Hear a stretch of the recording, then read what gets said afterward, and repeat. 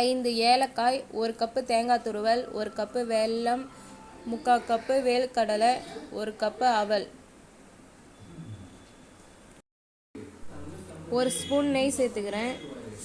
அதில் 1 கப்பு அவலை சேர்த்து கலர் மாறுற வரைக்கும் வறுத்து எடுத்துக்கலாம். அவல் வறுப்பட்டுருச்சு. இப்போ 1 கப்பு வேர்க்கடலை எடுத்து வறுத்து எடுத்துக்கலாம். இப்போ 1 கப்பு தேங்காய் துருவல் எடுத்து வறுத்து எடுத்து வச்சுக்கலாம்.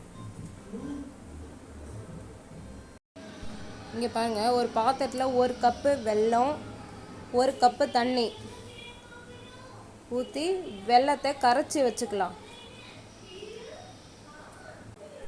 தேங்காய் இந்த அளவுக்கு வறுத்து எடுத்தால் போதும். இப்போ தேங்காய் ஆஃப் பண்ணிடலாம். இப்போ எல்லாத்தையும் ஃபைன் பவுடராக அரைச்சிக்கலாம். அவலை ஃபஸ்ட்டு ஃபைன் பவுடராக அரைச்சிக்கோங்க.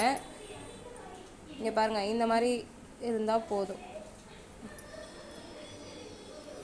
இப்போ வேர்க்கடலையை ஒன்று பாதியமாக கொரப்பாக அரைச்சி எடுத்து வச்சுக்கோங்க. இந்த மாதிரி இருந்தால் போதும். இதுவும் இப்போ தேங்காய் துருவல் எல்லாம் ஒன்றா சேர்த்து கலந்து வச்சுக்கோங்க. இப்போ வெல்லம் கொச்சிடுச்சு. இப்போ அதில் போட்டுடலாம். வடிகட்டி எடுத்து வச்சுக்கோங்க. வெல்லத்தை கொஞ்சம் கொஞ்சமாக சேர்த்து கிளறுங்க.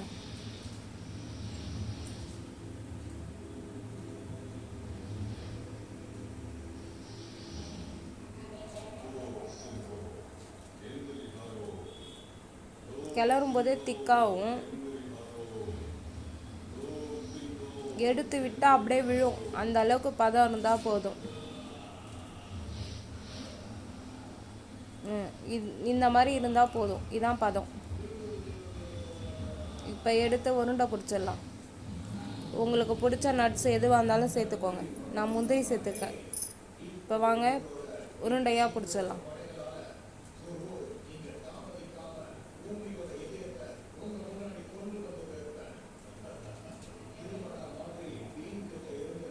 இங்கே பாருங்கள், சூப்பராக லட்டு ரெடி ஆயிடுச்சு. உங்களுக்கு பிடிச்ச ஷேப்பில் எது வேணாலும் நீங்கள் பிடிச்சிக்கலாம். இங்கே பாருங்கள் ஃப்ரெண்ட்ஸ், சூப்பராக லட்டு ரெடி ஆயிடுச்சு. இப்படி உடைச்சா சூப்பராக உடையுது பாருங்கள். லட்டு எப்படி இருக்குது?